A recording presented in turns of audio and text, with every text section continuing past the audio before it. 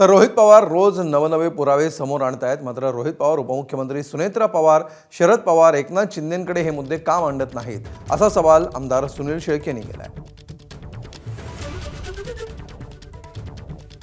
आपल्यासोबत बातचीत करण्यासाठी दादांचे निकटवर्तीय आणि सुनील शेळके आमदार हे आहेत। काय सांगाल, ज्या पद्धतीने रोहित पवार एक एक प्रश्न उपस्थित करत आहेत अजितदादांच्या एकूणच अपघातासंदर्भात?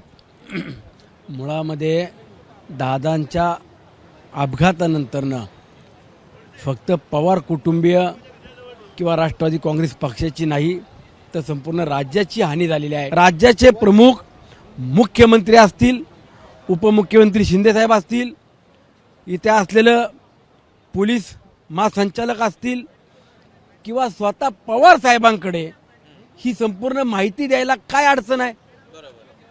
आणि हीच माहिती घेऊन पवार कुटुंबातल्या आज प्रमुख म्हणत असताना स्वतः सुनेत्रा वहिनी आहेत, या सगळ्यांना आपण एकत्रित बसून ही चर्चा का करत नाही, हा माझा देखील सवाल आहे। दादा गेल्यानंतरनं कुणाला दुःख नाहीये, कुणाला वेदना नाही आहेत, हे प्रत्येकालाच आहे।